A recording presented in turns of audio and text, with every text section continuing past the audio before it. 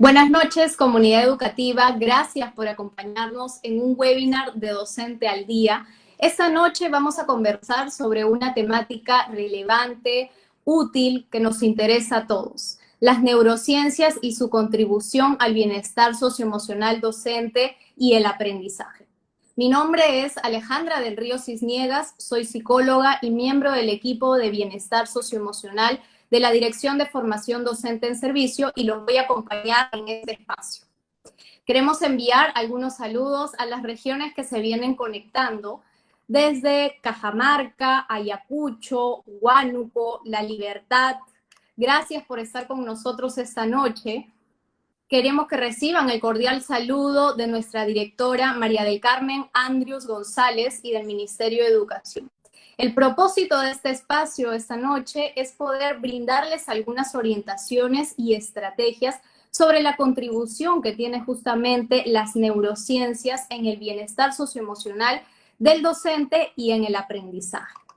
Por eso esta noche me acompaña un destacado experto. Él es Gustavo de Elorza Felbor, licenciado en Tecnología Educativa, especialista en Educación y Nuevas Tecnologías, especialista también en Neuroeducación, máster en Educación, doctor en Tecnología Educativa y certificado en el programa Líderes del Aprendizaje por la Universidad de Harvard. Dicta además conferencias nacionales en su país de origen, Argentina, como internacionales. Actualmente es profesor e investigador de la Universidad FASTA en Argentina y profesor del posgrado internacional en la Universidad Peruana Cayetano Heredia. Buenas noches, Gustavo, un gusto que estés con nosotros. Por favor, tus saludos a toda nuestra comunidad educativa. Muchas gracias, Alejandra, por la invitación. Quiero dejarles un saludo a todos los docentes de Perú. Conozco sus formas de trabajar, he estudiado sus procedimientos y realmente felicitarlos por la convocatoria y por la participación en este tema que es tan relevante y que se convierte en un configurador de los nuevos procesos educativos que van a ser abordados en este siglo. Así que sean todos muy bienvenidos. Muchas gracias, Gustavo, por tus saludos. Vamos entonces a comentarles a todas las personas que nos acompañan en este espacio la dinámica de esta noche. Vamos a tener 3 bloques en el que le vamos a hacer algunas preguntas a Gustavo. La primera de ellas: ¿a qué nos referimos con neurociencias en el ámbito educativo y el rol docente? ¿Y por qué es importante para la enseñanza y el aprendizaje?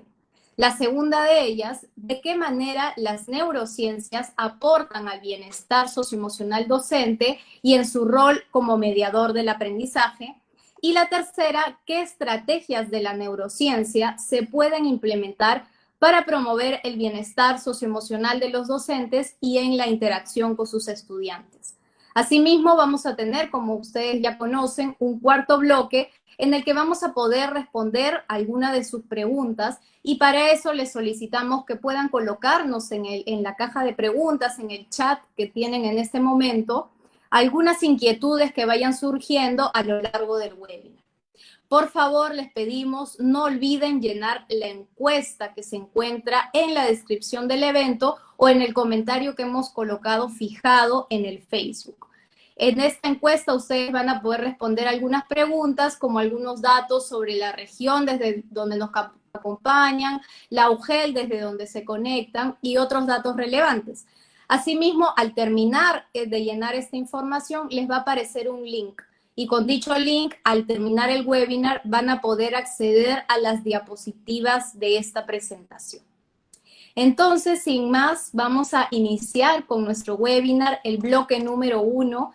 Gracias, Gustavo, por responder a la pregunta: ¿a qué nos referimos con las neurociencias en el ámbito educativo y el rol docente, y por qué es importante para la enseñanza-aprendizaje?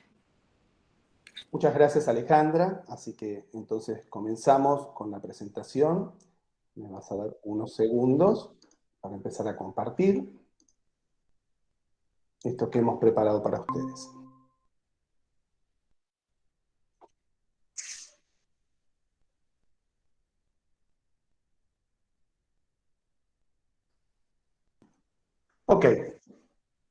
Comenzamos, retomamos, ahí está. Muy bien. Bien, en este bloque 1 y su organización es interesante, ¿no es cierto?, pasar de lo que yo denomino del modo respuesta al modo pregunta. Es decir, tenemos una constitución de 2 preguntas, es decir, ¿a qué nos estamos refiriendo con neurociencia? En el ámbito educativo y en el rol docente. ¿Y por qué es importante aplicar estos principios de la neurociencia y sobre todo de la neuroeducación en los procesos de enseñanza-aprendizaje? Así que vamos a entrar con esto. Nosotros tenemos que mirar hoy que las neurociencias en realidad son un conjunto de disciplinas que trabajan sobre distintos campos de conocimiento. La neurociencia es una ciencia base que si nosotros quisiésemos llevarla al ámbito educativo, tal cual y en forma directa no lo podríamos hacer porque es una ciencia de experimentación. Es decir, lo que nosotros tenemos que llevar es los consejos, las investigaciones, todo aquello que nos aporta la investigación de los neurocientíficos, le aplicamos los conceptos y las normas psicológicas y la pedagogía y hacemos una adaptación a lo que conocemos y aplicaríamos como neuroeducación. Es decir, la neurociencia cognitiva aplicada a los ambientes educativos, ¿sí?, se conoce como neuroeducación.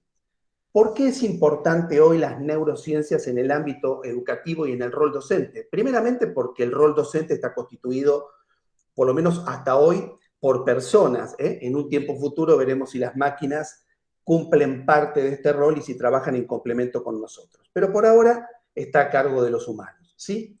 En el ámbito educativo es el lugar donde ejercen los docentes sus prácticas educativas. Nosotros venimos de una época de unos cuantos años donde hemos y ha estado priorizado, y todavía se ven grandes tendencias de lo que se conoció como se conoce como la educación tradicional, y además tiene sus características de ser memorística, ser lineal, repetitiva y hasta a veces aburrido, donde el protagonismo lo tiene el docente, los contenidos, y bueno, los rasgos de época, el cambio de siglo, ¿no es cierto?, nos están diciendo que como están cambiando las formas de aprender, deberían cambiar las formas de enseñar. En las otras diapositivas vamos a estar trabajando un poco estos rasgos de época y también vamos a hablar de algunas estrategias, pero hoy tenemos que mirar que el principal rasgo de época es que más allá, antes de la pandemia, ya había toda una transformación de los procesos culturales y de los consumos culturales de las personas y en especial de nuestros jóvenes, ¿no es cierto? Y previo a la pandemia, nosotros estábamos afianzados y arraigados en un modelo de educación presencial. Evidentemente, con la pandemia aparecieron nuevos territorios, nuevos escenarios, como lo denomino en mi libro, que son territorios donde trabajábamos lo presencial y además aparece luego del desalojo que tuvimos en el 2020 con respecto a las nuevas formas de emprender los procesos educativos, ya que se habían cerrado las instituciones educativas, tuvimos que pasar a una educación en modo en línea o también conocido como una educación a distancia o en modo remoto. Entonces, hemos estado conviviendo desde lo presencial, es decir, las prácticas, nuestras formaciones, la forma en que nos hemos capacitado, la forma en que hemos construido la propia práctica docente, siempre ha sido bajo parámetros de una educación presencial. De la noche a la mañana, los docentes todos, en toda la región, en especial en Argentina, fuimos desalojados de la escuela presencial y nos encontramos un día lunes, ¿sí?, en que no teníamos forma de contactar a nuestros estudiantes. Entonces, evidentemente, fallaron los sistemas de capacitación, fallaron todas las perspectivas con respecto a qué sucedería en el caso de que hubiese escenarios en los cuales no se pudiera dar clase presencial. Evidentemente no le habíamos prestado atención y tuvimos lo que tuvimos, ¿no? De la noche a la mañana, como digo, los docentes nos encontramos sin capacitación, sin conocimiento, sin formación, sin poder tomar decisiones pedagógicas con respecto a conocer las características de la educación en línea y intentamos, ¿no es cierto?, replicar en una suerte de virtualizar la presencialidad, intentamos desarrollar procesos que llevábamos en la presencialidad, pero en ambientes en línea y con la tecnología que teníamos a mano, que tampoco era una tecnología experta o idónea para desarrollar procesos educativos en entornos virtuales. Así que bueno, un poco esto lo vamos a ir desarrollando, pero aparece ahora, post pandemia, porque hay que ponerle, más allá de que Europa esté nuevamente pensando en cerrar sus fronteras, en volver a guardar a las personas, tenemos que empezar a pensar que de la experiencia de la práctica presencial y de la experiencia frustrante, irritante, con muchos miedos, que tuvimos como docentes que enfrentar en capacitarnos, en la utilización de nuestros medios tecnológicos, tratar de averiguar, de investigar por nuestra cuenta qué cuestiones podíamos hacer en la educación en línea. Toda esa experiencia del 2020 y lo que va del 2021, junto a la experiencia que tenemos en lo presencial, emerge un nuevo territorio que se conoce como territorio de educación híbrida. La tendencia a nivel mundial es sí trabajar de acá en adelante en entornos y en territorios de educación híbrida. La educación híbrida va a tomar lo mejor de la presencialidad con ciertas adaptaciones en las prácticas docentes, en la priorización de contenidos en los diseños curriculares, en las formas metodológicas de abordar por lo menos el diseño de actividades y metodologías propuestas para promover y potenciar, ¿no es cierto?, todas estas cuestiones que tienen que ver con enseñar, aprender y evaluar, no dejemos la evaluación afuera, y tomaremos lo mejor que nos ha brindado de la experiencia que ya tenemos, porque hoy la tenemos, de qué cosas nos funcionaron a nosotros en línea y qué cosas no nos funcionaron. Entonces, mezclando esos dos territorios, surge un tercer territorio, recuerden esto, es una tendencia para los próximos años en educación de trabajar sobre educación híbrida. En mi segundo libro, que denomino Educación, Neurociencia y Nuevas Tecnologías, si nosotros vamos a trabajar en el rol docente y ver cómo la neurociencia nos permite empoderar los procesos de enseñanza, aprendizaje y evaluación, hay 3 características que los docentes deberían estar capacitados, deberían tener una práctica concreta, real, tener dominio de su campo de conocimiento, pero también el desarrollo de capacidades y habilidades propias de la educación. Cuando hablo de educación me estoy refiriendo a que lo que se necesita en los tiempos que vienen es conocer, ¿no es cierto?, comprender y poder decidir sobre lo que se conoce como pedagogías emergentes.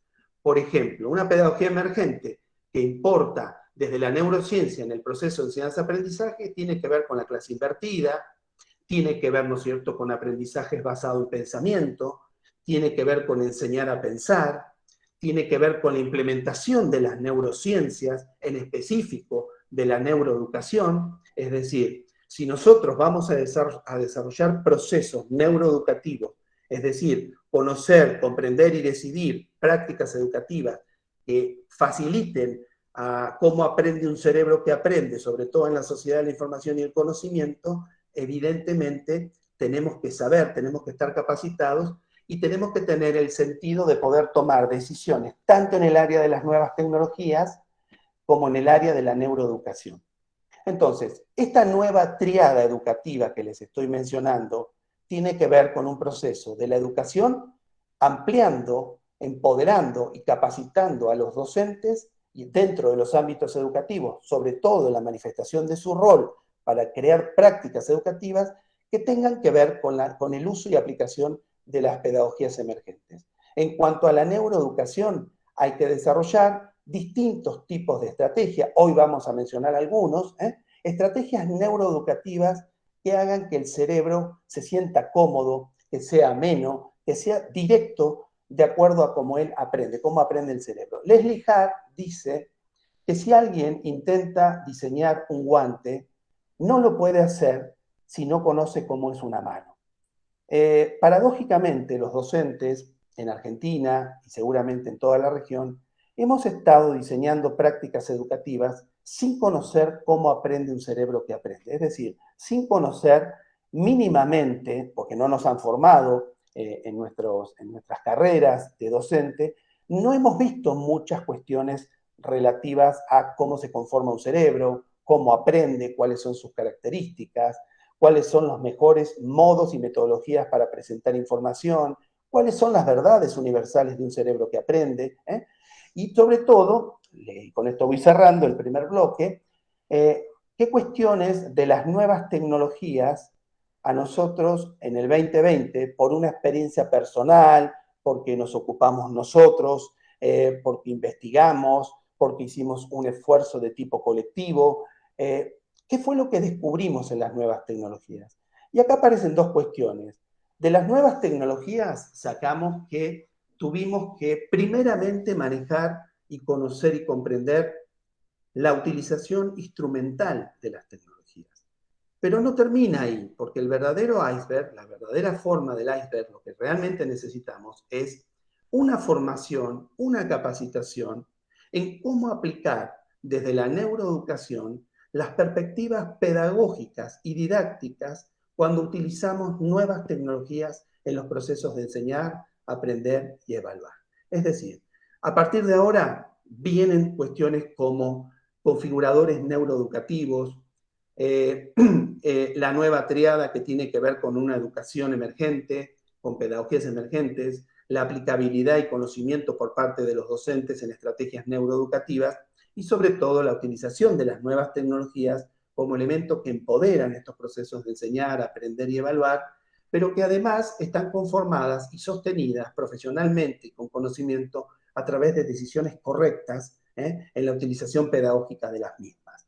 Creo que esto es un poco a qué nos referimos con neurociencia, vuelvo a repetir, a los propósitos de la neuroeducación, cuando es aplicado, sobre todo en el ámbito educativo, que este ámbito educativo está conformado por la función y el rol docente, que es quien lleva adelante los procesos de enseñanza-aprendizaje y que es quien dirige, ¿no es cierto?, toda esta cuestión, porque el rol docente dentro de un ámbito educativo, cuando lleva procesos de enseñanza, aprendizaje y evaluación, consiste en asegurar la comprensión. El cerebro va a recordar todo aquello que comprenda. Lo que tenga que memorizar sin sentido lo va a olvidar en el corto plazo. Entonces, el proceso tiene que ser un proceso de comprensión y el docente en su rol, desde la neuroeducación y las nuevas tecnologías, debe dedicarse a crear espacios de aprendizaje y verificación de estos tipos de comprensión a través de los tipos de pensamiento.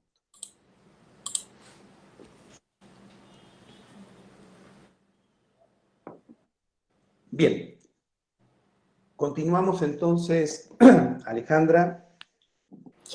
Sí, muchas gracias, Gustavo. Gustavo nos está acompañando desde Argentina. Él es docente y es especialista en neuroeducación. Justamente acaba de respondernos a la pregunta a qué nos referimos con neurociencias en el ámbito educativo y cuál es el rol del docente y por qué es importante para este proceso de enseñanza-aprendizaje, ¿no? Recuerden que ustedes pueden acceder a las diapositivas para aquellas personas que tal vez han ingresado un poco después que ha iniciado este webinar, llenando el link que aparece en el comentario que ha sido fijado en el Facebook, sea si están desde el portal Perú Educa o desde el Facebook del Ministerio de Educación. Queremos de todas maneras también aprovechar para enviar saludos a las casi 1.400 personas que nos encontramos en este momento, personas que se vienen conectando desde Ancash, Lambayeque, Amazonas, Pasco, San Martín, Lima, Ayacucho, Ica. Muchas gracias por estar con nosotros en este momento, viernes 6:30 de la tarde. Gracias, Gustavo. Vamos a continuar entonces. Tenemos otra pregunta para nuestro ponente invitado. En este segundo bloque vamos a trabajar y por favor te pido, Gustavo, puedas aclararnos de qué manera entonces las neurociencias aportan al bienestar socioemocional docente y en el rol que tiene el docente también de mediador del aprendizaje. Muy bien, excelente, Alejandra. Bien, vamos a trabajar un poquito este concepto, ¿no?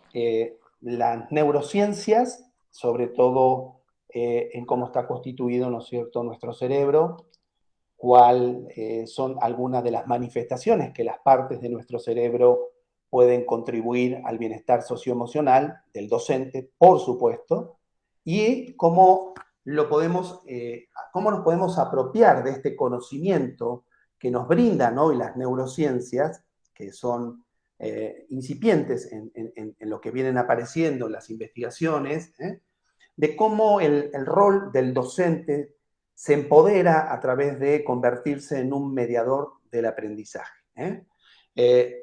Y acá tenemos que mirar algo, tenemos que tener cuidado en la palabra mediador porque es la correcta, para no confundirla con alguien que transfiere información o datos, que eso lo vamos a abordar ahora en breve. Sí nos ha tocado, ¿no es cierto?, con respecto al bienestar socioemocional de los docentes, un periodo de excepción, es decir, la pandemia, el 2020 y lo que ha pasado, para poder controlar, para poder tener una tranquilidad y una paz mental, tenemos que pensar que esto es algo que ha ocurrido en forma excepcional. O algunos me podrán decir, pero esto quizás se repita. Bueno, estaremos preparados. No estábamos preparados para la pandemia del 2020, ¿no es cierto? Y se vio afectado nuestro bienestar socioemocional. Claro que sí, porque somos seres sociales, porque somos seres emocionales y somos seres que razonamos. Pero prioritariamente somos seres emocionales, que luego tenemos un control equilibrado entre el neocórtex y las funciones ejecutivas y los procesos que nos hacen realmente humanos y nos dan esa capacidad racional. Pero prioritariamente, si miramos, somos seres emocionales, por eso tanto de recurrir a una educación emocional, es decir, conocer y poder controlar nuestras emociones. No podemos hablar de bienestar socioemocional si nosotros no conocemos los contextos recurrentes. ¿Qué pasó en el 2020?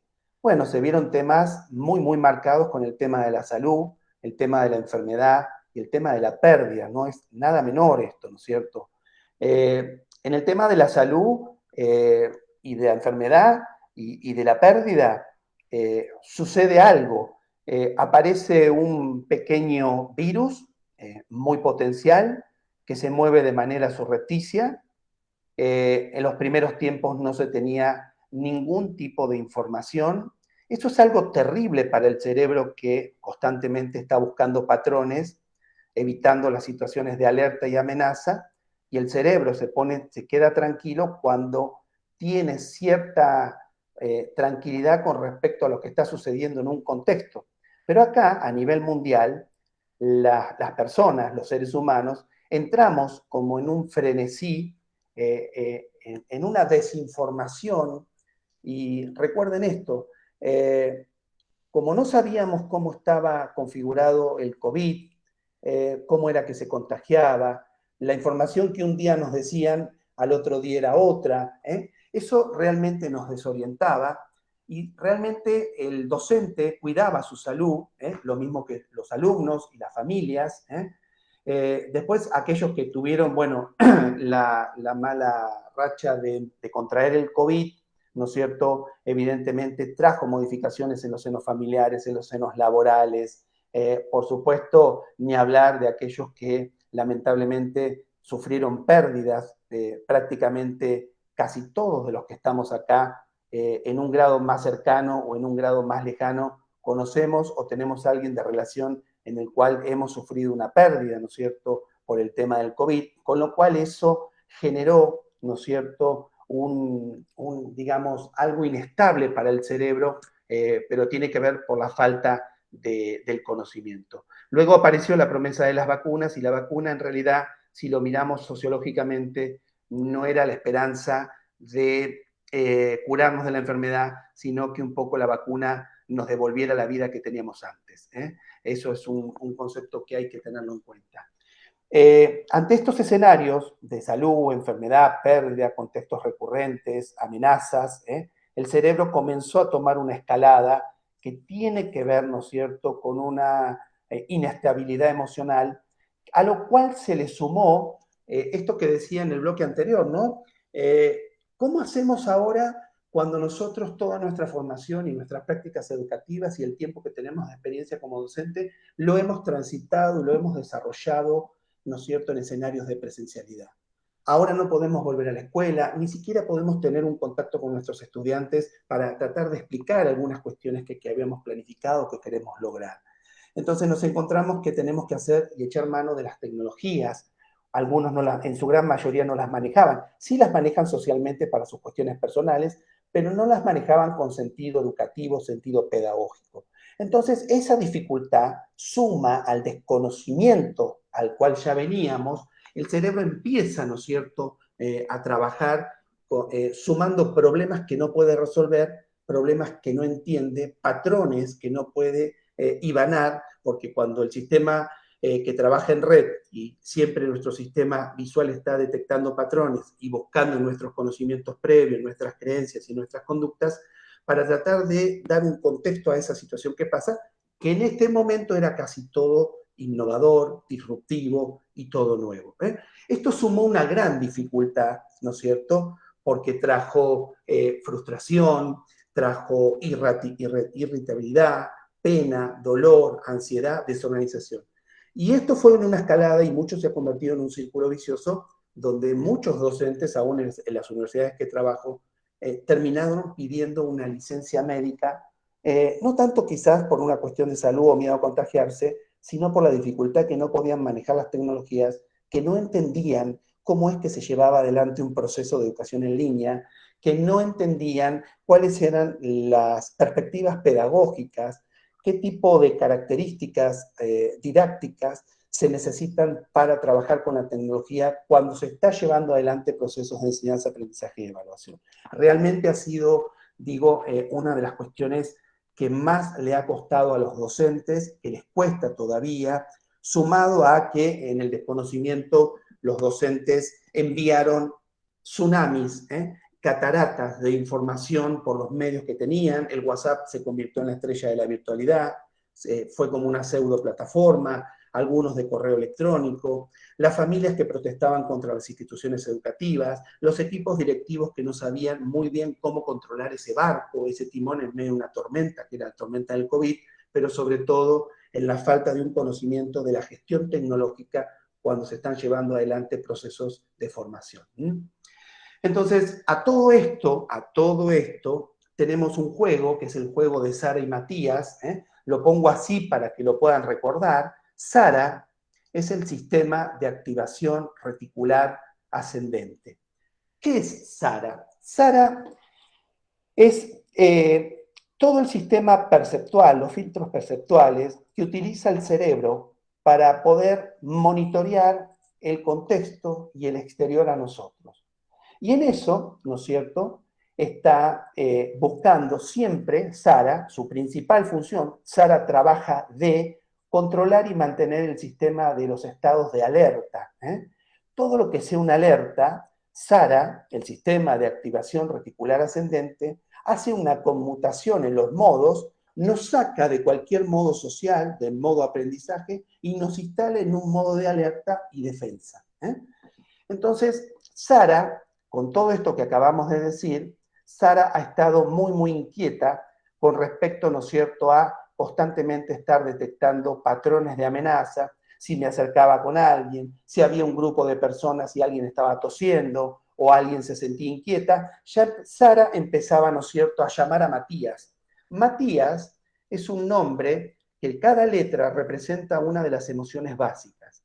La M es el miedo, es decir, Matías es, voy a deletrear letra por letra, Matías es miedo, alegría, tristeza, ira, asco y sorpresa.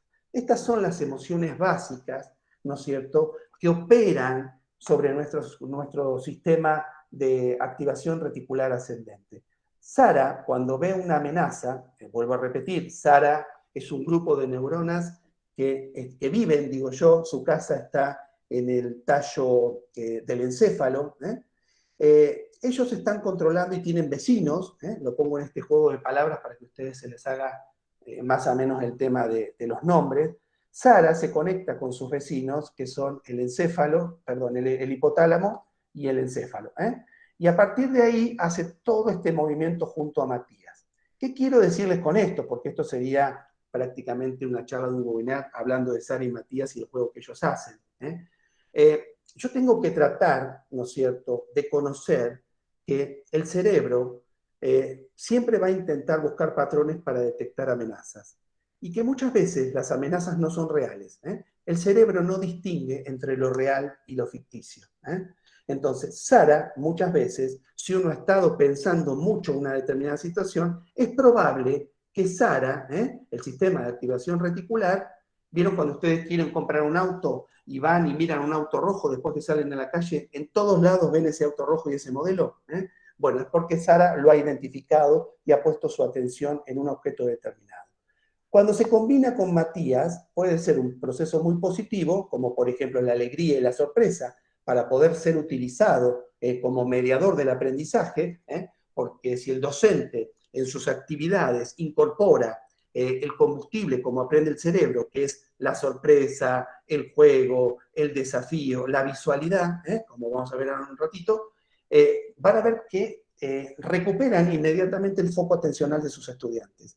Y ustedes van a ver que para ustedes dar clase bajo los parámetros, ¿no es cierto?, de Sara y Matías, cuando son configuradores neuroeducativos en los procesos de enseñar, aprender y evaluar, se van a dar cuenta que es mucho más libre, que es mucho más fácil, que no hay ciertas dificultades, que los alumnos comprenden mucho mejor cuando ustedes incorporan nada más que estos elementos que les acabo de mencionar. Sobre todo la sorpresa y sobre todo el desafío. Y el síndrome de pantalla apagada, cuando la virtualidad nos agota, como para ir cerrando este bloque, nosotros como docentes hemos utilizado mucho de la mediación, no digo en los principios del 2020, pero ya casi al final y en los principios del 2021 hemos utilizado muchas tecnologías como Meet, Zoom, Microsoft Teams. ¿Qué pasa que por ahí nuestros alumnos de repente nos hacían creer que estaban conectados, algunos estarían conectados, pero la mayoría ponía la pantalla en negro, la apagaba, y nos daba la sensación de que, como que estaban conectados, pero en realidad estaban haciendo otra cosa.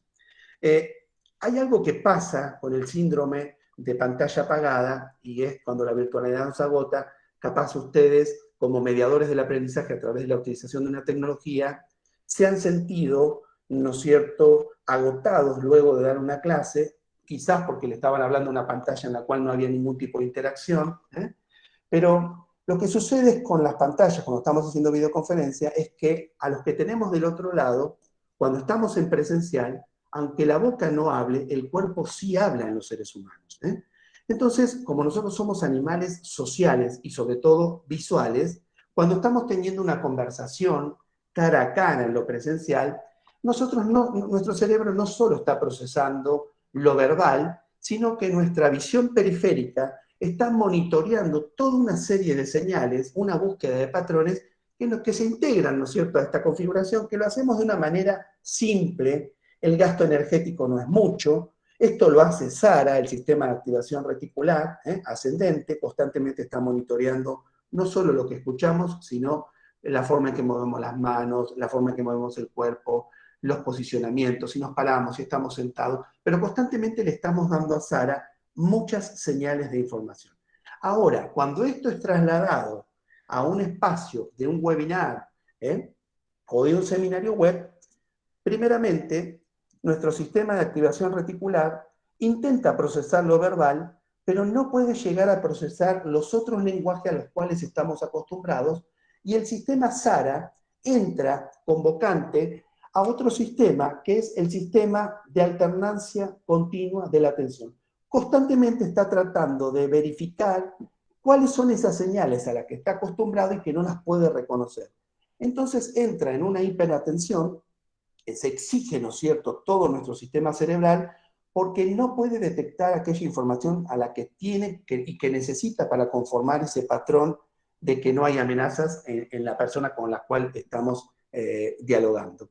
Entonces, en esa conmutación de encender, apagar, tratando de buscar por la visión periférica los demás patrones, hay un consumo energético tan grande que cuando terminamos ese webinar estamos que como agotados, ¿no es cierto? Y es por la alternancia continua de atención. Además, si sumamos más personas a ese webinar, todo nuestro sistema SARA, la detección de patrones y los estados de alerta, se multiplica. Fíjense que si ustedes están hablando con una persona, pero la visión periférica detecta que alguno de los que están más abajo se está riendo, automáticamente vamos a conmutar la atención hacia esa persona y nos vamos a preguntar por qué se está riendo, porque nos ha enviado un mensaje de que algo le causa gracia y de que por ahí nosotros en una amenaza nos empezamos a preguntar si estamos haciendo algo bien o hay algo que nosotros no hemos visto. Bueno, todas esas conmutaciones, la utilización del sistema de vista periférico, la utilización de la alternancia continua de la atención, el no poder reconocer los patrones que están en una comunicación porque está mediada por tecnología, produce un cansancio y un agotamiento de todo nuestro sistema cognitivo. Es por eso que sentimos, ¿no es cierto?, ese síndrome de pantalla apagada que se traduce cuando la virtualidad nos ha agotado. Bien, Alejandra. Muchísimas gracias, Gustavo. Acaba justamente de terminar el bloque número 2. Nos acaba de responder Gustavo de Elorza, es nuestro invitado internacional. Se conecta desde Argentina justamente gracias a la virtualidad y ha respondido de qué manera las neurociencias aportan al bienestar socioemocional docente y su rol como mediador del aprendizaje. Aquellas personas que se vienen conectando recién, les recordamos, por favor, que pueden hacernos llegar sus preguntas, sus inquietudes a través del chat del en vivo, sea si están desde el Facebook del Ministerio de Educación o del portal Perú Educa. Quería compartir algunos comentarios que vienen surgiendo justamente en este webinar y, por ejemplo, nos dice Catita, así es su nombre en Facebook, Catita SZR. Estos temas son muy interesantes porque nos sirven como una orientación para poder manejar algunas situaciones que hasta hoy no entendíamos el por qué sucedían. ¿No? Muchísimas gracias por compartirnos también tu sentir. Seguramente hay algunos otros docentes que también han percibido eso y también es un poco el propósito del día de hoy, poder ir resolviendo sus dudas y que ustedes también puedan llenarse de más información, puedan captar todos estos datos que estamos presentando el día de hoy. Vamos entonces a ingresar a nuestro tercer bloque. Por favor, Gustavo, nos puedas justamente compartir, y he visto algunos comentarios que justo iban en esta línea, qué estrategias de la neurociencia se puede implementar para promover el bienestar socioemocional de los docentes, pero también en la interacción con sus estudiantes. Excelente, gracias, Alejandra. Bien, acá vuelvo a repetir, el tema es muy interesante, como dice Catita, y el resto seguramente estarán opinando algo parecido. Es muchísima la información. Hay tres formas en que el cerebro aprende, por lo menos esto anótenlo en algún lado. El cerebro aprende cuando conoce, primeramente debe conocer, luego que conoce puede y comprende, es el segundo paso, y luego que ha conocido y comprendió, puede decidir.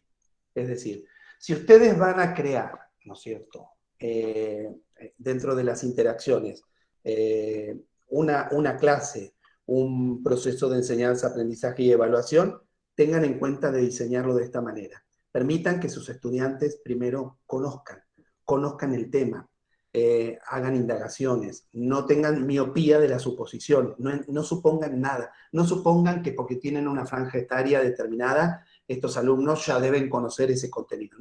No corran ese riesgo. Es mejor preguntar, es mejor interactuar, es mejor crear una pregunta que permita negociar sentido y significado. Cuando ustedes generan esto, están creando un ambiente de aprendizaje considerado bajo en el nivel de amenaza. Recuerden esto.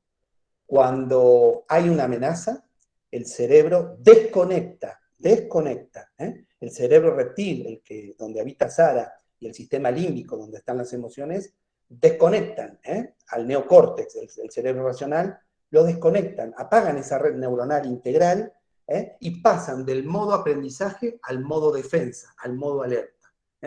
y empieza toda una generación de neurotransmisores a cambiarse. Cuando estábamos en una generación de aprendizaje, estábamos generando oxitocina, estábamos generando dopamina, serotonina, todos neurotransmisores que potencian los aprendizajes y sobre todo que influyen sobre la memoria.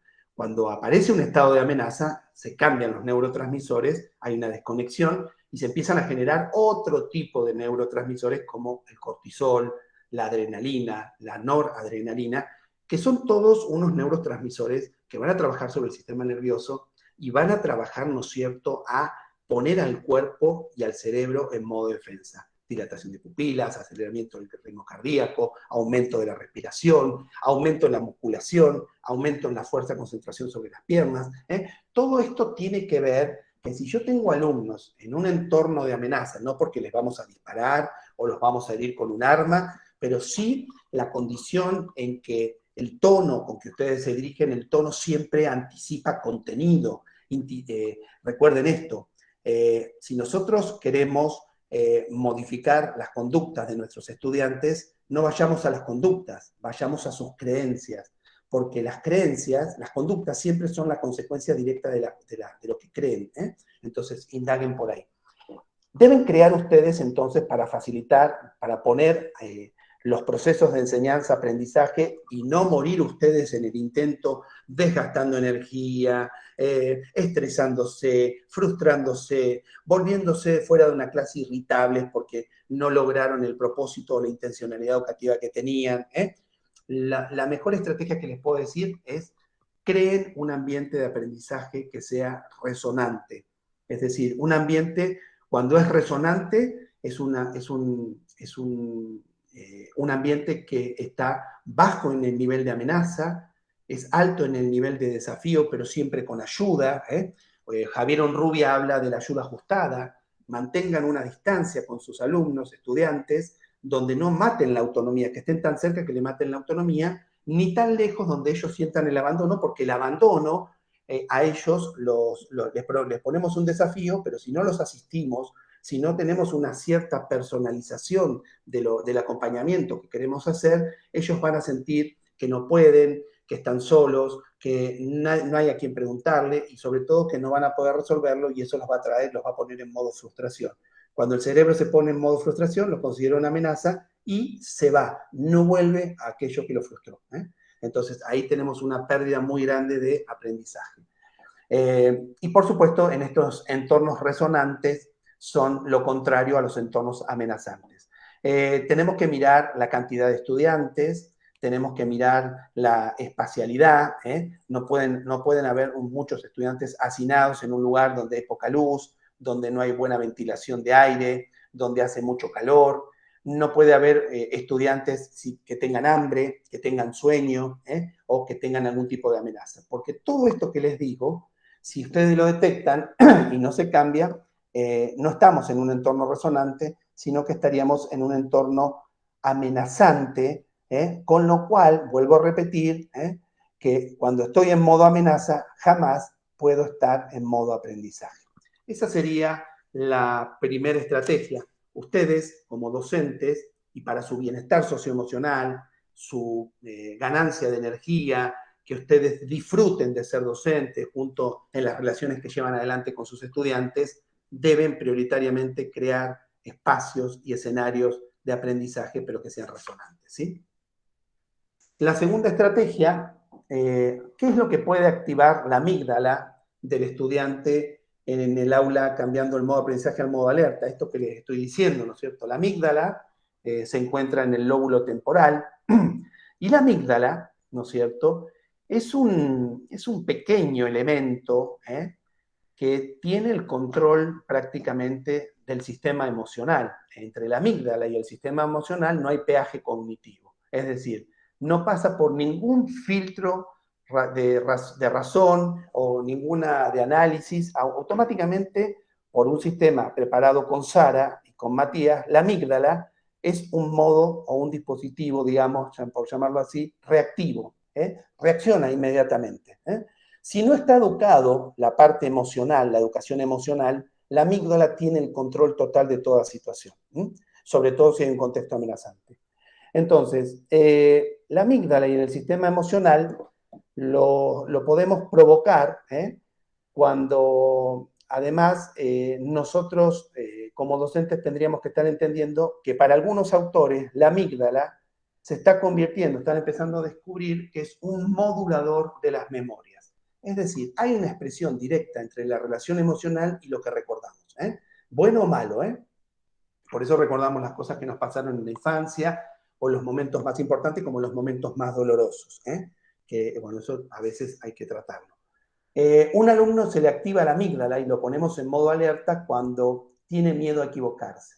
Con esto quiero decir que ustedes como docentes deben detectar el etos, es decir, el ambiente. El ambiente les va a estar hablando, sea en presencial o en virtual. Ya hoy tienen toda una experiencia ustedes con respecto a cómo poder detectar algunos movimientos o invitar a los estudiantes a que se hagan expresivos, a que cuenten, a que participen, a que tengan un aprendizaje activo, que es parte de las pedagogías emergentes. Pero traten de detectar y jamás pongan en evidencia cuando un alumno se equivoca. Al contrario, utilicen, ¿no es cierto?, el error como método de aprendizaje. La ansiedad antes de un examen. Acá la ansiedad tiene como dos componentes. Un poco de esta ansiedad es bueno para un examen porque nos ponen un foco atencional sobre las cuestiones que nos pueden llegar a preguntar y hacemos como un barrido de nuestra memoria en aquellas cosas que estudiamos. Vuelvo a repetir, si estudiamos de memoria, vamos a recordar únicamente para pasar ese examen. Luego de 3, 4, 5 días vamos a olvidar. Por eso es importante que todos los procesos de enseñanza, aprendizaje y evaluación siempre estén centrados y ustedes se aseguren de que los estudiantes han comprendido lo que ustedes quieren que aprendan. Esa es la forma en que van a permanecer para siempre. Desafíos inadecuados o excesivos. A veces los docentes no entienden que hay que eliminar la palabra del sistema educativo, hay que eliminar la palabra dificultad y hay que reemplazarla por complejidad. Una complejidad creciente, escalable, que a medida que los alumnos van desarrollando y construyendo sus conocimientos, vamos elevando el nivel de complejidad. No la dificultad. La dificultad es una traba, la dificultad es un palo en la rueda, es algo que en algunos casos hay docentes que disfrutan de que sus alumnos se equivoquen o tienden a decir, bueno, miren, yo soy el profesor que más desapruebo en mi cátedra. Tendremos que ver ese sistema que es un ego desorganizado, ¿no? Crear un entorno inseguro o desorganizado, esto de no tener una planificación. Vuelvo a repetir, siempre tratemos de ir, ¿no es cierto?, con una intencionalidad clara. ¿Por qué? Porque si ustedes se organizan, el cerebro trabaja mejor, sabe los pasos que tiene que dar, se siente seguro, no tiene reactivos negativos por parte de los estudiantes, siempre comuniquen, den a entender qué es lo que esperan, den a entender hacia dónde los llevan, qué es lo que quieren lograr con ellos, que se conoce en mi modelo educativo. Yo he escrito un libro que hablo del modelo neurotecnopedagógico cognitivo, digital y social, que es el que explico en la Universidad Peruana Cayetano Heredia, y ahí siempre les digo, trabajen sobre una planificación en un modelo que tiene y que considera cómo aprende el cerebro. Un entorno inseguro o desorganizado es un entorno amenazante en el corto, en el mediano y en el largo plazo para los estudiantes y va a recargar todo un exceso de energía y de actividades hacia ustedes por no poder orientar todos estos entornos. Consignas poco claras, es decir, tengamos en cuenta también, ¿no es cierto?, cómo comunicamos. Vuelvo a repetir, fíjense la complejidad en lo que redactan, tengan en cuenta siempre el objetivo general, esto que digo siempre, ¿no? ¿Qué quieren que los estudiantes aprendan? ¿Cómo quieren que los aprendan? ¿Con qué? ¿Con qué instrumentos? ¿Y de qué manera? Tengan en cuenta estas preguntas. Está en la otra diapositiva, con lo cual ustedes se lo van a poder descargar y pueden empezar, ¿no es cierto?, a trabajar ya algunas de estas estrategias en pensar, ¿no es cierto?, cómo reviso, reflexiono sobre mis prácticas educativas y veo qué es lo que tengo que ajustar y configurar. Objetivos poco definidos, lo mismo. Tengan en cuenta, a veces los docentes ponemos objetivos, pero que se los estamos escribiendo o definiendo como si lo fuera a leer un académico o otro docente. No, dejen saber a sus estudiantes, comuniquen qué es lo que están esperando de ellos y háganlo a través de los objetivos pero expresados en un lenguaje más natural y que ellos puedan entender. Y si tienen alguna duda, lean con ellos juntos y aclaren qué es lo que ustedes están tratando de decir. Se van a dar cuenta que muchos entendieron otra cosa. Miedo al ridículo, esto lo sufrimos todos. A nadie quiere quedar en evidencia, a nadie quiere que se lo corrijan, y mucho menos delante de otra gente. Así que tengamos cuidado con exponer, burlarnos o hacer algún comentario fuera de lugar con respecto a algún gesto, alguna pronunciación, alguna manifestación que hace un estudiante con respecto a una situación, e intervengan cuando un estudiante agrede o trata de poner en ridículo a otro estudiante. ¿Sí? Eso es importantísimo, que son las amenazas de un compañero. Vamos a la estrategia 3. ¿Qué necesita el cerebro para poder aprender? Primeramente, yo siempre insisto, para mí el sentido de la educación es lograr que mis estudiantes comprendan lo que yo quiero que aprendan. Si no hay comprensión, no hay evidencia de aprendizaje. Puede haber memorización. Podemos tener alumnos que resuelven los algoritmos, resuelven las fórmulas matemáticas, de una manera memorística. Pero si uno le cambia el escenario, si uno cambia las variables, se van a dar cuenta que no pueden operar. Entonces, eso no es aprendizaje, eso es un entrenamiento mental. Aprendete de memoria estos pasos y eso es, a veces los docentes confundimos que eso es aprendizaje. Eso no es aprendizaje. Para eso generamos espacios de reflexión personal, entornos que tengan seguridad emocional y física, eso es fundamental, sobre todo cuando estamos trabajando en la virtualidad. Fíjense que cuando invitamos a un alumno a la virtualidad, miren si ellos tienen el dominio instrumental de la herramienta y miren también si necesitan alguna ayuda en lo que se conoce como realizar inducción hacia los instrumentos tecnológicos, es decir, hagamos un recorrido juntos y lo exploramos juntos para que ustedes se sientan, ¿no es cierto?, mejor. Sobre todo en la educación híbrida. Cuando están en presencial, aprovechan a recorrer los instrumentos tecnológicos. Atmósfera de confianza, bueno, esto es lo que estuvimos hablando. Trabajar el error como elemento de aprendizaje. No digan esto está mal, no cometan ese error. No, esto está mal, no. Qué interesante. ¿Cómo llegaste a este resultado? A ver, contame o contanos cuáles son las formas en que vos viste para llegar a este resultado. Y después corrijan, diciéndole, ¿qué pasaría si probás de esta otra manera? ¿Llegarías al mismo resultado? Entonces ahí lo inducen, ¿no es cierto?, a que él considere y tenga otra perspectiva, contemple otra perspectiva y modo de aprendizaje diferente. Contar historias desafiantes y motivadoras. Esto mueve mucho porque activa en la mente lo que se conoce como modelización. Es decir, es una forma directa de llevar al cerebro a una situación que él conoce, y lo hacemos a través de una historia y a través de una motivación, que pone en práctica la amígdala, acuérdense, que tiene la llave de las emociones. Y si tiene la llave de las emociones, tiene la llave de los aprendizajes y del recuerdo de los aprendizajes. Objetivos claros y bien definidos y enseñar a pensar.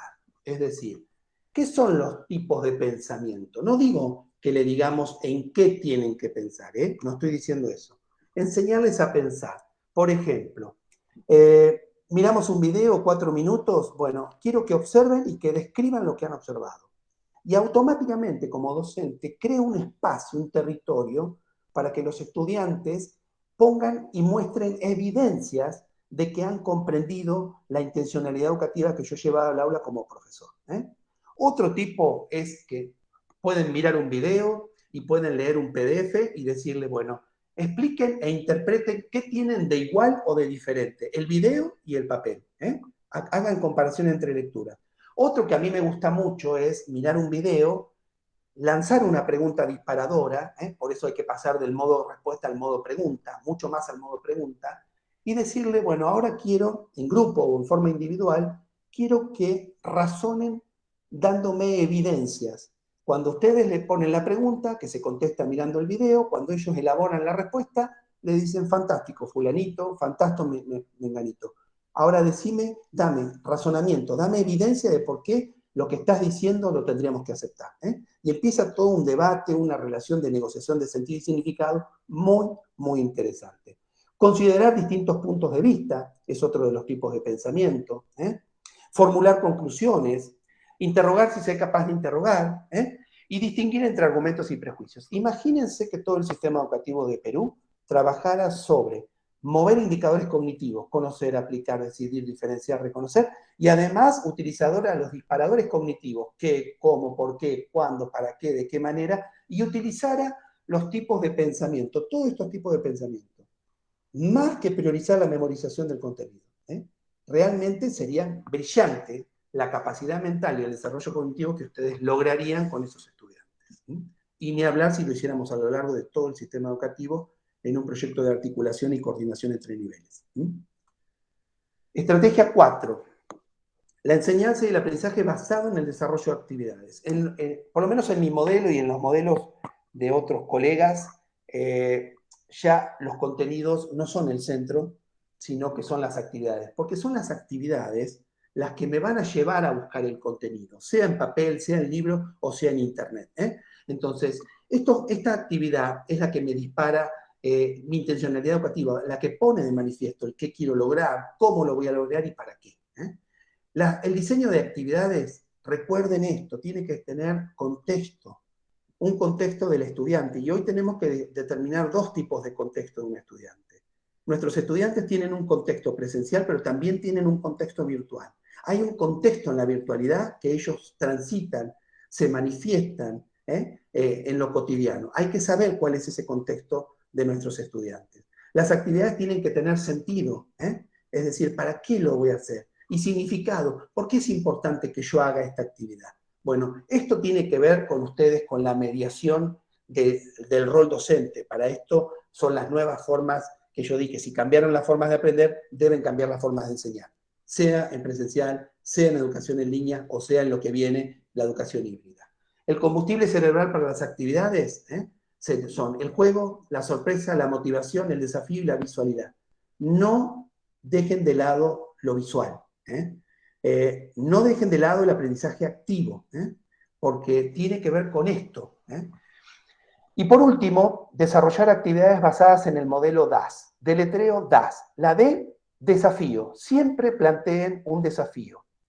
Al desafío hay que llevar a lograr resolver el desafío por medio de una acción o acciones. Y esas acciones me tienen que llevar a la solución. Eso es DAS. A su vez, cuando yo planteo el desafío, estoy liberando en mi cerebro un neurotransmisor que se conoce como dopamina. La dopamina me pone en un estado de actividad interesante que me moviliza a querer resolver, ¿no es cierto?, este desafío, porque así fuimos creados, o sea, así estamos genéticamente. Cuando hay un desafío, nos vamos a mover hasta que lo podamos resolver. Entonces, el desafío que planteo en la actividad, lo que está generando es dopamina. El hecho de ponerme a resolver, que es la acción, va a generar otro neurotransmisor en mi cerebro, que es la adrenalina, que es aquello que yo necesito junto con la dopamina cuando hay un desafío para poner en acción aquello de la búsqueda de la solución. Y la S de solución genera serotonina, es otro neurotransmisor, que es cuando ustedes tuvieron un desafío y pensaron, lo miraron de un lado, lo miraron del otro, y cuando encuentran la solución, ¿qué es lo que sintieron? Bienestar, placer, satisfacción. Bueno, esa serotonina, el efecto que ustedes sienten es que además de producir un estado de felicidad, la serotonina tiene la capacidad de bajar los niveles de adrenalina para que no quede intoxicado el cuerpo, porque la adrenalina es buena en ciertos momentos y de a pocas gotas, digo yo. Así que traten de plantear actividades que estén basadas en el desafío, que el desafío involucre acción o acciones, y que esas acciones obviamente tengan una solución. Es decir, creen actividades desafiantes pero no frustrantes. Ok, listo Alejandra, con esto estaríamos. Obviamente esto es información, habría que tener varios webinars para poder profundizar en cada uno de los temas, pero bueno, bienvenido sea esta primera etapa. Así es, Gustavo, muchas gracias por tu ponencia. Como mencionamos al inicio de este webinar, vamos a tener un cuarto bloque para poder responder algunas de las preguntas que ya nos han ido haciendo llegar a través de este chat en vivo. Okay. Está con nosotros y nos va a acompañar también para poder responder sus inquietudes. El doctor Gustavo Delorza nos acompaña desde Argentina. Muchas gracias, Gustavo. Voy a hacerte llegar la primera pregunta de Miguel Calderón Castañeda. Él nos dice, una consulta. ¿cómo retomar o restablecer la estabilidad emocional? ¿Cómo restablecer a Sara, nos dice, o qué hacer? Bien, es muy buena pregunta. Cuando SARA se activa, volvemos a mencionar para los que ingresaron más tarde, SARA es el sistema de activación reticular ascendente, que es nuestro sistema que nos permite vincularnos con el medio exterior, es decir, es aquel sistema que siempre va a estar en modo, monitoreando el modo alerta, y cuando entramos, ¿no es cierto?, en una situación o detectamos un patrón de amenaza, vuelvo a decir, ¿real o imaginario? Porque a veces tenemos amenazas que son imaginarias, no son reales. Pero como el cerebro no distingue esto, tenemos que, como conocemos a Sara, Sara va a estar convocando inmediatamente al sistema emocional, y el sistema emocional va a estar convocando al disparo de neurotransmisores. Así como dije recién en la actividad, cuando hay adrenalina, cuando hay una amenaza y se genera adrenalina, primeramente tengo que ver que realmente la amenaza, si es real, no ponga en jaque mi vida. O sea un peligro, un incendio, un accidente, o un riesgo de muerte, o un riesgo de enfermedad, evidentemente tengo que reaccionar, si no estaríamos como locos. Si viendo una amenaza, no nos inmutamos. Pero en el caso que es una situación en que por ahí discutí con un colega, me sentí frustrado, las cosas no me salieron, lo importante es, en Sara, llevar actividades que generen serotonina, es decir, una caminata, concentrarnos, realizar meditaciones, activar los sistemas de respiración, beber mucho líquido, escuchar música. Estas son cuestiones que nos hacen configurar a nuestro cerebro de una manera, digamos, un poco como un artilugio, para salir de ese estado de amenaza, que muy bien dice este docente, y que lo que no debo permitir es quedar instalado en esa amenaza, porque luego la amenaza de real le voy a empezar a fabricar información con el cerebro, y qué pasa si esto se complica acá, y si pasa aquello, y entro en un círculo vicioso que nunca salgo. Y luego de ahí empiezo a caer en una depresión o en un distrés, que es lo peor. Listo. Muchísimas gracias por responderle a Miguel Calderón Castañeda. Tenemos la siguiente pregunta de Guillermo Salazar. Nos consulta en qué etapa de la vida escolar las neuronas del cerebro tienen más conexiones que otras. ¿Hay una etapa en específico? Sí, en el recién nacido es la mayor cantidad de neuronas, muchísimas, muchísimas. Pero esas neuronas tienen pocas conexiones. Es decir, recién vamos a empezar a conectarlas. El aprendizaje es conexión de neuronas, conexión sináptica. Es decir, cuando yo me enfrento a un contexto o a estímulos del contexto, empiezo a relacionar tratando de entender. Nosotros ya venimos con el instinto de aprender, nacemos con el instinto de aprender. En ese instinto de aprender vamos a empezar a configurar, vamos a empezar a procesar, vamos a empezar a conocer. Luego, más adelante, intentaremos comprender, cuando tengamos un desarrollo. Pero la etapa en que más neuronas tenemos es en el recién nacido y en los primeros años. Luego van a empezar a conectarse. Y luego en la adolescencia, vieron que son como un caso muy, muy atípico los adolescentes, sobre todo cuando viven esa efervescencia de los neurotransmisores, va a aparecer un fenómeno que se conoce como apoptosis, que es la muerte programada neuronal. Es decir, el sistema tiene un sistema programado para matar el exceso de neuronas, sobre todo las neuronas que han establecido conexiones débiles. Esto se hace una vez prácticamente en el sistema nervioso. Y después, bueno, se reutilizan, ¿no es cierto?, estas cuestiones. Neurona que no se refuerza, neurona que no se fortalece, neurona que desaparece. Pero es en los primeros años, los primeros días de vida, es cuando tenemos la mayor cantidad de neuronas. Listo, entonces se ha respondido a la segunda pregunta de Guillermo Salazar. Vamos con una tercera pregunta, por favor, Gustavo. Nos pregunta Antero Eloy Arévalo. Dice, la nutrición y el desarrollo neuronal, ¿cuáles son sus efectos más importantes en el aprendizaje? ¿Qué debemos saber los docentes sobre esto? Excelente pregunta. Hay un libro muy interesante que se llama Cerebro de Pan. Cerebro de Pan.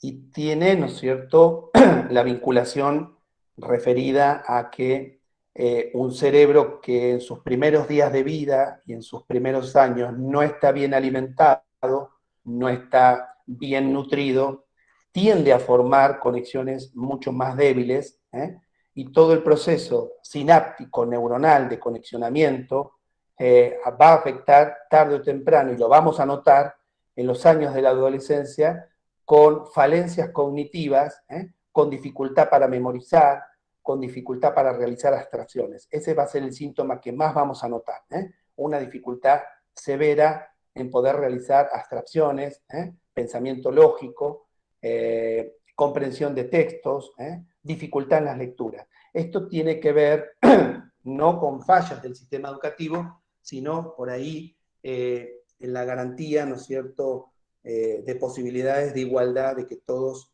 puedan estar bien nutridos, bien alimentados, con derecho a la educación, ¿no es cierto?, como corresponde. Así que los docentes, ¿qué podemos hacer? Bueno, poder detectar estos parámetros, estos indicadores que yo recién acabo de mencionar, y prestarle atención y ver si es o un problema cognitivo que tienen o es la consecuencia de una desnutrición infantil en los primeros años de vida, ¿sí? Muchas gracias, Gustavo, con responderle a Antero Eloy. Vamos con una ya casi de las últimas preguntas. Para Walter Agama Reinaga, nos dice, ¿cómo puedo mejorar las relaciones interpersonales entre colegas en una institución educativa ayudándome de las neurociencias? ¿Qué estrategias puede utilizar para mejorar sus relaciones? Qué buena pregunta. Bien, eso tiene que ver, ¿no es cierto?, con la convivencia humana, ¿no? Ustedes tienen algo sobre bienestar socioemocional en su proyecto educativo nacional con metas al 2036, creo que es así, Alejandra. Así es. Y ustedes, como docentes y primeramente como personas, ustedes tendrían que medir y ver que las relaciones interpersonales responden más a tener un equilibrio emocional, ¿no es cierto? Que ese equilibrio emocional lo que va a promover es la convivencia social.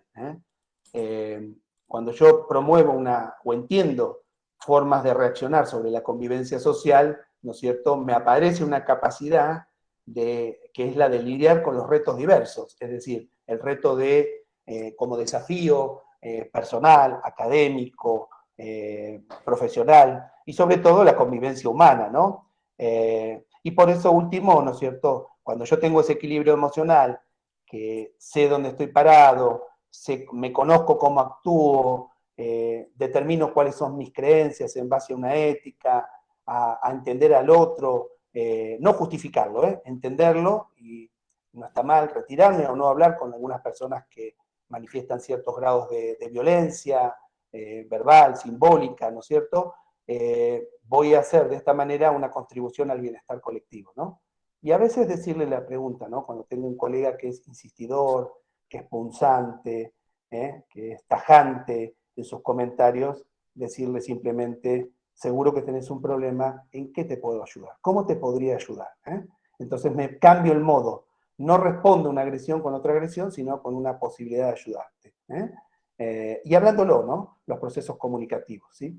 Entiendo que este docente debe tener alguna de estas, o debe estar viviendo alguna de estas situaciones con respecto a, por ahí, una mala comunicación. A veces las personas, cuando no están en un equilibrio emocional, bueno, ahí está Matías y Sara haciendo de las suyas, ¿no?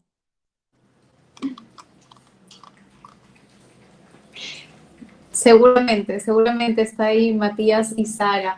Gracias por tu respuesta, Gustavo. Vamos con una quinta pregunta. Nos dice Elías Gomero, ¿qué relación existe entre las neurociencias y las inteligencias múltiples? Bien, muy bien, buena pregunta. Las neurociencias tienen que ver, ¿no es cierto?, desde su definición cabal, es el estudio del cerebro, ¿no es cierto?, y todo el sistema nervioso central. Gardner habló de las inteligencias múltiples, Algunos pueden estar de acuerdo, otros no. Yo creo que el tema de inteligencias múltiples debería entrar en un proceso de revisión, sobre todo a la luz de los conocimientos que empiezan a arrojar las neurociencias y la neuroeducación. Pero a mí me parece que la inteligencia en sí es una sola. No la puedo dividir ni en 7 ni en 8. Puedo dividirla si quiero como manifestaciones, pero no puedo decir que un alumno, por tener más desarrollada una inteligencia espacial, a él le tengo que dar más ejercicios de actividad espacial. Si, voy a coincidir con Gardner en el sentido, aunque es profesor de Harvard, si las inteligencias las vamos a mirar no como divisiones, sino como manifestaciones de una única inteligencia, yo coincido. Pero no trabajemos un tipo de inteligencia porque detectamos que un estudiante tiene esa, o prioriza o predomina. Es decir, trabajemos todas las manifestaciones de la inteligencia, todas, pero para todos los estudiantes, entendiendo como que todos pueden desarrollar ese tipo de inteligencia. Si vos me preguntás, yo voy más por el modelo de inteligencia de Harvard. En Harvard se habla de una inteligencia que sea crítica, que sea creadora, ¿sí? Y que sea formativa. Y además en Oxford se le agrega la inteligencia contextualizada. ¿Qué significa esto? Que más allá del tipo de inteligencia, que no es tanto, porque hoy tenemos tantas definiciones de inteligencia, sino en las formas en que nosotros tenemos nuestros mecanismos creativos, creadores, formativos y contextualizados, en la cual nosotros, si cambian los escenarios, podemos tener las habilidades y competencias para operar en resolver un problema determinado. Si logramos eso, más allá de inteligencias múltiples, prefiero ir por la inteligencia que es una sola, con distintas manifestaciones. Y que si quieren, le añaden las inteligencias múltiples para entender otros tipos de manifestaciones, pero no divisiones de la inteligencia, sino una única con distintas manifestaciones. ¿Sí? Muchas gracias, Gustavo. Hay muchas preguntas, es un tema que ha causado mucho interés. Vamos a hacer una última pregunta. La hace Fiorella Meléndez Montoya y nos dice, desde las neurociencias, ¿cómo ayudar a estudiantes con problemas de adicción a los videojuegos? Bien, bien, buena pregunta. La adicción a los videojuegos o a los ciberjuegos son un rasgo de época. Es decir, muchas veces si es una patología recurrente, ya obsesiva, con una marcada tendencia digamos, a violentarse, a enfurecerse si uno le priva, ¿no es cierto?, como si fuese un síndrome de abstinencia del juego, ahí requiere, ¿no es cierto?, la ayuda inmediata de un profesional, en este caso psicólogo o psiquiatra, porque va a necesitar reemplazar los sistemas de recompensa que están produciendo esos videojuegos con terapias alternativas en la cual, ¿no es cierto?, puedan trabajar estas formas de manifestarse a través de una adicción al juego. Hoy muchos no nos ayudan por ahí las redes sociales, porque vuelvo a repetir, la educación ha cedido un espacio maravilloso por desconocimiento, por falta de estrategias, pero fíjense que en el caso de Facebook, que cambia su nombre a Metaverso, el CEO, Mark Zuckerberg, ha generado un nuevo entorno que va a ser inmersivo a través de realidad virtual, en lo cual todos los especialistas estamos diciendo que va a ser unas 10 veces más adictivo que lo que hoy los jóvenes consumen como redes sociales. Vuelvo a repetir, para Facebook la intencionalidad no es atraparnos a nosotros, va en busca de las generaciones que vienen, que son estos usuarios y jugadores, ¿no es cierto?, de juegos virtuales.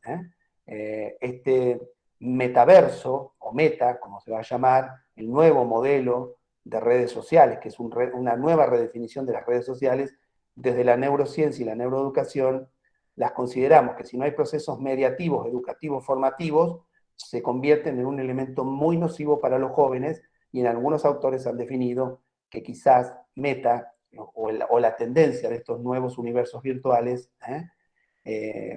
redefinan las formas de sociabilidad de los seres humanos, con lo cual estamos ante un escenario bastante complicado, y es cuanto mayor es el desafío de los docentes en intervenir pedagógica, didácticamente, con espacios reflexivos y con criterios de conciencia, ser conscientes, darnos cuenta que estamos entendiendo de que tenemos que enseñar a operar a las próximas generaciones con estos elementos, donde estos elementos, estos instrumentos o universos paralelos en vidas virtuales, no terminen condicionando que nosotros trabajemos y vivamos para esos juegos y esas máquinas, ¿sí? Así es, Gustavo. Quiero hacerte una última pregunta, no queremos dejar esta pregunta, creo que es muy contextualizada y a muchos nos interesa, ¿no? Giovanna Gironcini nos pregunta, ¿qué impacto tiene el uso de recursos digitales en nuestro cerebro? Es buena pregunta. Vuelvo a repetir, en el caso de Zoom, produce esa fatiga mental. Una estrategia para proteger el cerebro sería apagar la cámara, porque eso evitaría que Sara esté con su visión periférica tratando de reconocer señales del cuerpo que no puede ver. La otra es que si estoy con la cámara apagada, podría levantarme y caminar, porque caminar está demostrado que aumenta la creatividad y baja el estrés. Significa que yo puedo estar con una computadora en una videoconferencia, con la cámara apagada, escuchando el audio en el contexto, en el sonido, y puedo estar participando y cada tanto me estoy levantando. Con respecto a la utilización de tecnologías en sí, las redes sociales es esto que acabo de mencionar. Hay un síndrome que se llama nomofobia, que más que las tecnologías es la utilización del móvil. La nomofobia es la fobia al no móvil, es decir, a olvidarme el teléfono celular. ¿Por qué? Porque estas nuevas tecnologías se han convertido en prótesis digitales culturales. Nosotros tenemos un cerebro biológico, pero toda la información, todo el contexto, toda la autorización que utilizamos para crear aprendizajes, para crear conexiones sinápticas neuronales, proviene de un contexto artificial. Nosotros hemos creado de manera artificial el lenguaje y los símbolos. Los hemos hecho así porque en la prehistoria el desarrollo de las funciones cognitivas nos disminuyeron funciones que nosotros teníamos en nuestros antecedentes de nuestros antecesores, como el Homo habilis o el Homo erectus. Es decir, hubo como una división. En los últimos 30.000 años hemos tenido un desarrollo cognitivo tan vertiginoso, que tiene que ver con la relación de estas prótesis culturales que han afectado la elasticidad cultural de nuestro cerebro, lo han configurado, lo han modificado. Lo que, para contestar y cerrar, desarrollemos tipos de pensamiento. Seamos y mantengamos los tipos de inteligencia, el tipo de inteligencia que manifesté, creativa, crítica, formadora, contextualizada, y no pensemos que la nueva educación es una educación sustentada únicamente en la virtualidad. Vuelvo a repetir, lo que viene es educación híbrida. Es oportunidad de aprendizaje y oportunidad de poner a trabajar a las máquinas para nosotros, no nosotros trabajar para las máquinas, ¿sí? Perfecto, muchas gracias Gustavo por responder. Podríamos seguir, hay muchas preguntas, pero ya el tiempo nos queda corto. Hemos llegado de esta manera. Queremos agradecer a todos los docentes que nos acompañan en el en vivo. Somos 1.700 personas de diferentes regiones de nuestro país y hemos visto incluso que se han ido conectando también muchas personas desde el extranjero. Agradecemos que se hayan quedado hasta el final del webinar. Con nosotros será hasta una siguiente oportunidad. Recuerden que pueden ver las veces que deseen el webinar porque está guardado. Queda con este mismo enlace guardado en la plataforma del Facebook de Perú Educa y también del Ministerio de Educación. Compártanlo con colegas que no han podido ingresar en este momento. Hay información muy interesante, muy rica que hemos trabajado el día de hoy. Le doy entonces pase a Gustavo para que pueda despedirse y vamos cerrando también. Bien, muchísimas gracias. Primeramente agradecerte, Alejandra, agradecer a las autoridades del Ministerio, celebrar y felicitar estas acciones que ustedes llevan adelante, en permitir, gracias al uso de las nuevas tecnologías, acortar distancia y poder construir conocimiento entre todos a través de una pantalla, a través de un medio, a través de una mediación. Felicitarlos, alentarlos a seguir adelante. decirles que los nuevos escenarios que se vienen, si algo conocemos del futuro que es cambiante, es disruptivo, pero algo sabemos de la educación. La educación, luego de la pospandemia, se transforma en una educación híbrida, y el nuevo neuroconfigurador del cerebro en los procesos educativos se denomina y se conoce como neuroeducación. Traten de capacitarse, investiguen, lean libros, tienen a David de Sousa, a David Bueno, Francisco Mora, Gustavo de Lorza, sus libros, Julia Esquilar, ahí tienen bibliografía para que ustedes puedan seguir profundizando, y cuando ustedes quieran volvemos a contactarnos y realizaremos otro webinar. Así que muchísimas gracias, Alejandra y Andrea.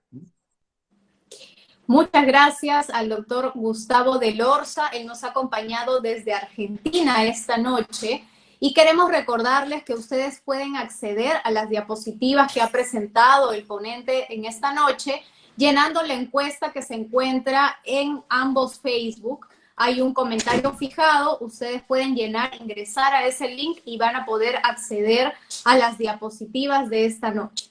Sin más, queremos agradecerle a todos los que están con nosotros en este espacio. Con nosotros va a ser hasta una siguiente oportunidad.